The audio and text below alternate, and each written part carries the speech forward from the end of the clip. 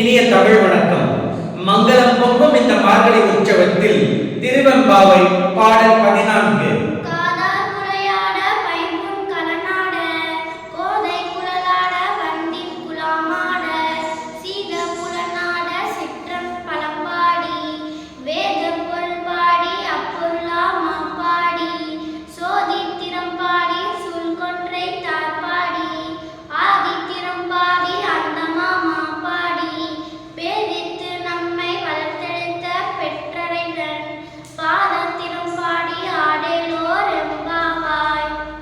அந்த தில்லை சிற்றம்பலத்தில் கைநடனம் புரியும் அம்பலக்கூத்தனை நினைத்து நாம் ஆடுவோம்.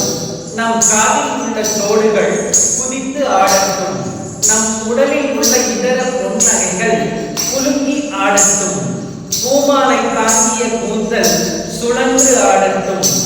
அந்த மலர்களை நாடி வரும் வண்டுகள் ரீங்காரம் செய்து ஆடட்டும். வேதத்தின் உண்மை பொருளாய் விளங்குபவனை, மறைப்பொருளாய் திகழ்பவனை, இறுதி பொருளாக விளங்குபவனை, இந்த படைப்பின் ஆதியும் அந்தமுமாய் விளங்குபவனை போற்றி ஆடுவோம்.